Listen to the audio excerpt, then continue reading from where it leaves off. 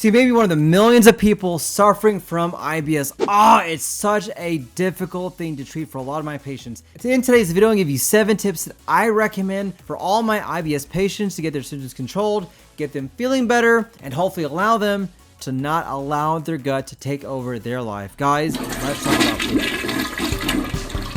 Howdy, I'm Dr. Islam. I am a board-certified gastroenterologist trained at the Mayo Clinic. I have over 10 years of treating all sorts of conditions, including IBS. If you haven't already, don't forget to smash that like button, like, share, and subscribe, or come see us at the Gastro for all your GI issues. So as a Mayo Clinic trained GI doctor, here are 7 tips that I recommend to all my IBS patients that I can tell you has worked to control their symptoms, get them feeling better, but also more importantly, is actually backed by actual scientific evidence. Tip number 1, how you eat when it comes to IBS makes a huge difference. So many of us, including yours truly, we eat on the go. We're rushed when we eat. We just shove food down. We just pick up food whenever we can, and we eat and we go and we eat when we go. But being mindful in how you eat makes a tremendous difference when you have IBS. You can't be like everyone else where you're just grabbing things on the go and hoping things will be the best, because you're going to set your gut up for failure. What you need to do when you have IBS is be very mindful of what you're eating. Take your time, sit down, take some deep breaths, and chew your food thoroughly. Now, I'm not saying 100 chews for every single bite. No, you don't need to do that, but you need to be very mindful and chew slowly, because evidence has suggested that if you rush through eating, there are a couple things that are happening inside your gut. You are swallowing a lot of air, which is a very common problem. It's called aerophagia. And with that, you have a lot of bloating, a lot of gas, a lot of ascension. Number 2, with the rushing that's going on, you're activating the sympathetic nervous system, the flight or fight response. And then for a lot of my IBS patients, this is actually overstimulated to cause them to have a lot of bloating, pain, and diarrhea, even constipation as well. And number 3, recognizing what you are eating is also important, because if you're just grabbing things on the go, you may be eating things that are not appropriate for you, that may not be helpful for you. And so slow down, take your time, be mindful of what you're eating, and chew thoroughly are very simple but effective things that actually help out when it comes to IBS conditions. Number 2 is meal timing and meal frequency. Consistency is key. And what I have found to be very important is small, frequent meals all throughout the day. It's a lot easier for my IBS patients than 3 very large meals. In fact, what I would recommend is not only should you eat 5 small meals throughout the day, but don't eat to fullness. We have found for a lot of my IBS patients is that the motility of their gut is not working appropriately. So whenever we eat, our gut's normal response is to expand to accommodate food. If you have an IBS diagnosis, you cannot expand your gut as forcefully or as effectively, so food just sits in your stomach and you feel bloated, distended, nauseated. And so if you're able to space out your meals, but not eat to fullness, maybe eat to 80% fullness, your gut will feel so much better. It'll be easier to digest. It'll make you feel better as well. I want you to avoid those large, heavy meals. They'll make it harder for you to digest and make your symptoms a lot worse. Tip number 3, something simple is having a food diary.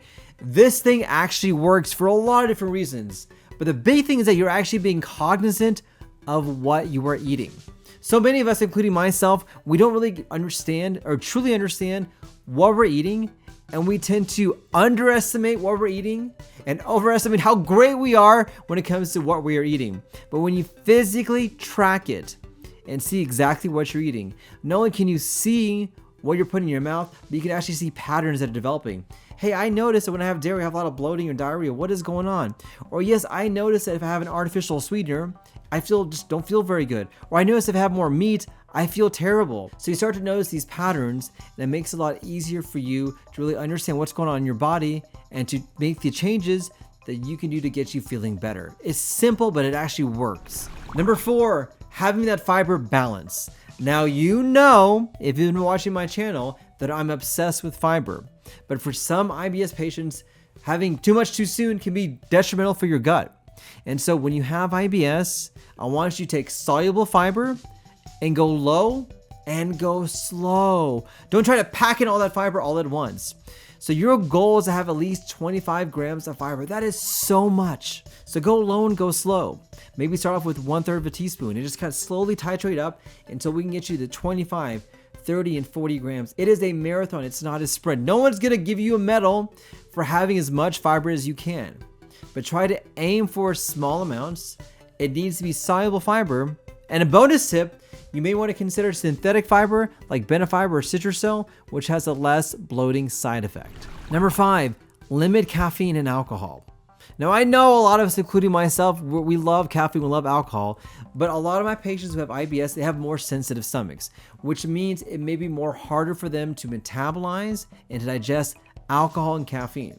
In fact, for a lot of my patients that have diarrhea, that's the first thing I recommend because alcohol and caffeine are known to cause diarrhea symptoms to occur. But even if you don't have that, if you have a lot of pain or distension or you just don't feel very good, try at least a week's worth of eliminating this to see how you feel, to see if your symptoms get any better. Number 6, very important, have a regular sleep pattern. You may not think that sleep is important for your gut health, but 100% it is. Studies have shown that for IBS patients, even IBD patients, Crohn's and colitis, even reflux patients, if you don't have a consistent sleeping pattern where you're sleeping at the same time every single night and getting up at the same time every single night, it will make your IBS symptoms worse. It changes the gut microbiome. It makes symptoms worse. It increases the amount of pain that can occur and make gut issues a lot worse. So one of the easiest things that you can do is to maintain a consistent sleep pattern to get you on track, to get you feeling better as well. And this includes going to bed at the same time. This includes waking up at the same time. And this includes even the weekends. I know, but your health needs to be a priority. And then number 7, the brain-gut axis. This is real, this is true, and it's pretty much for all my IBS patients. There is a direct connection between the brain and the gut. There's a highway going on here and communication going on all the time and vice versa as well. So what happens here will manifest here. What happens here will manifest there. And we need to break that cycle. So I'll tell you, I had a patient this week that was having a lot of issues with her IBS, a lot of pain, not feeling good, getting full quick, just not feeling very, very good. And I told her, how is this affecting you? And she broke down crying because she could just not break out of the cycle. And so I told her, look, time out here. Let's see if we can try a different option for you. I want to see if we can break the cycle. Let's see if we can try and give you some better techniques to handle the stress going on. Not only the stress in your mind, but the stress going on inside your gut. Now, this includes things like yoga, acupuncture, exercise, prayer, whatever works for you. But it also includes medications. I don't want you to be afraid of that. We use a lot of medications that help out with the brain-gut axis to get you feeling better. And we use this at very low doses because not only can it give you a lot of stress relief, but it can help out with discomfort in your belly and also other GI issues as well. So ask your doctor if you need that help to kind of get you over that hump, because this is a critical component when it comes to IBS.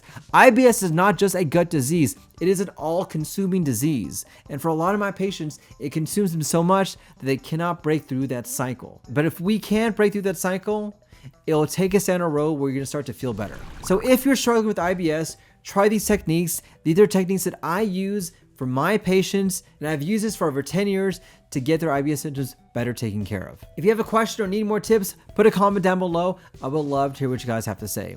Thank you for watching. Don't forget to smash that like button, like, share, and subscribe. And if you want to learn more information on what you can do to control your IBS, click on these videos right here. And if you live here locally, come see us Lubbock Gastro. We can find out what's going on and get you feeling better.